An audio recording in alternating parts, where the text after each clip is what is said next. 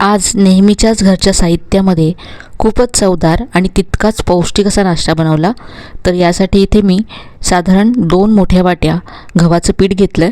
यामध्ये चवीप्रमाणे मीठ घातलं आणि पाणी घालून हे पीठ मळून घेतलं.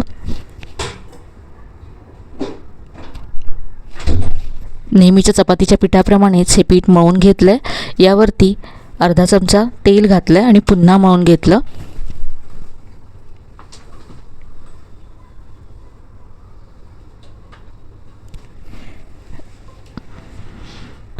या पिठाला वरून थोडंसं तेल लावून सेट होण्यासाठी बाजूला ठेवून देऊया.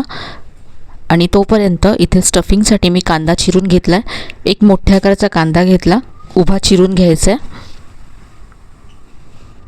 अगदी पातळ असा हा कांदा चिरून घेतला. यावरती चवीप्रमाणे मीठ घातलं. कांदा आणि मीठ एकत्र करायचं आहे आणि आता हे असंच 5 मिनटं बाजूला ठेवून द्यायचं आहे.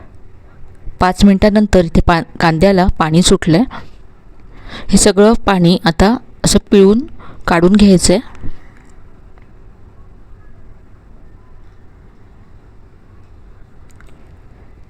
पिळून हा कांदा मी दुसऱ्या बाउलमध्ये काढून घेते.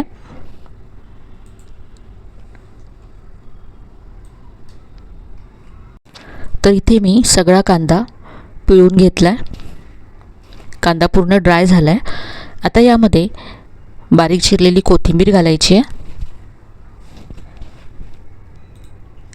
अर्धा चमचा ओवा घातला, अर्धा चमचा धनेजिरे पूड घातले,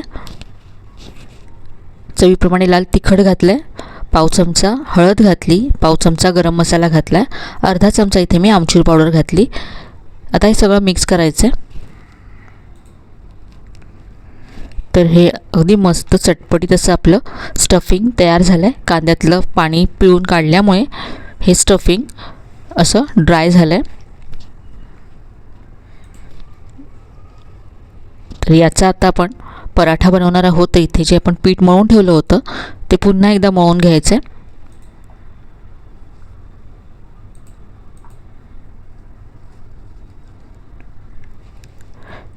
अगदी सॉफ्ट असं हे पीठ तयार झालं आहे. यातला एक गोळा घ्यायचा आहे. हा गोळा सुक्या पिठामध्ये घोळवून याची अगदी पातळ अशी पोळी लाटून घ्यायची आहे.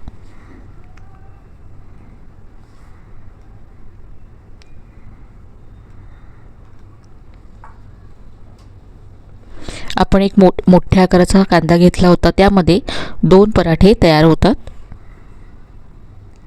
आता तयार केलेलं स्टफिंग यावरती पसरवून घ्यायचं आहे.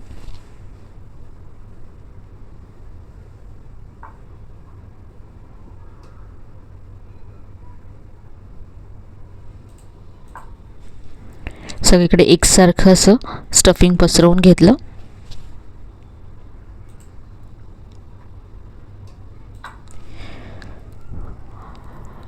कांद्यातलं पाणी पिळून घेतल्यामुळे स्टफिंग ड्राय होतं आणि जेव्हा आपण पराठा लाटू तेव्हा ते अजिबात बाहेर येणार नाही किंवा आपला पराठा फाटणार नाही. आता सेंटरपासून कडेपर्यंत असा एक कट द्यायचा आहे आणि त्रिकोणी आकारामध्ये हा पराठा फोल्ड करायचा आहे. कडा अशा चिटकवून घ्यायच्या.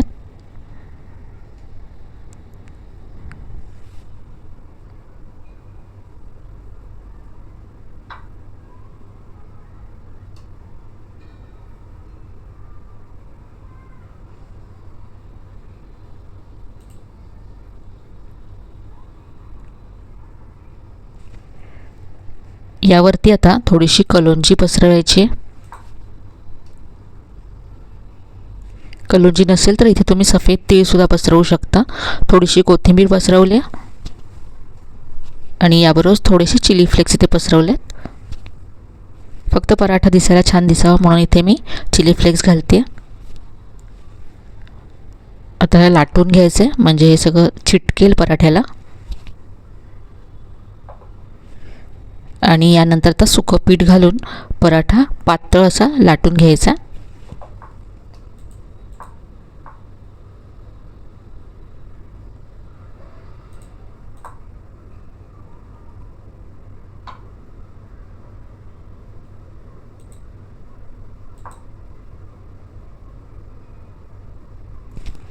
इथे पराठा लाटून तयार आहे. आता आपण भाजून घेऊया. इथे मी तवा गरम करत ठेवला होता. यावरती थोडंसं तेल घातलं आहे. यावरती पराठा घालायचा आणि आता दोन्ही बाजूने छान खरपूस होईपर्यंत हा भाजून घ्यायचा आहे. इथे मी बटर लावते. तुमच्या आवडीप्रमाणे तुम्ही तूप किंवा तेल लावून पराठा भाजून घेऊ शकता.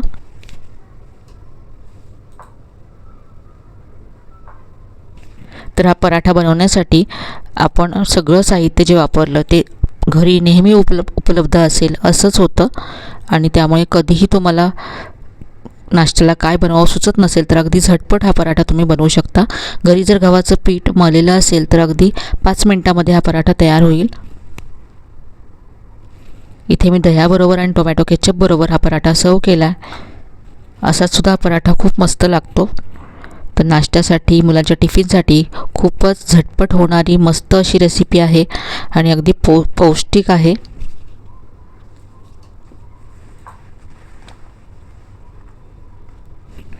तर आजची ही कांद्याच्या पराठ्याची रेसिपी तुम्हाला कशी वाटली कमेंटमध्ये कळवायला विसरू नका. रेसिपी आवडली असेल तर व्हिडिओला लाईक करा, शेअर करा.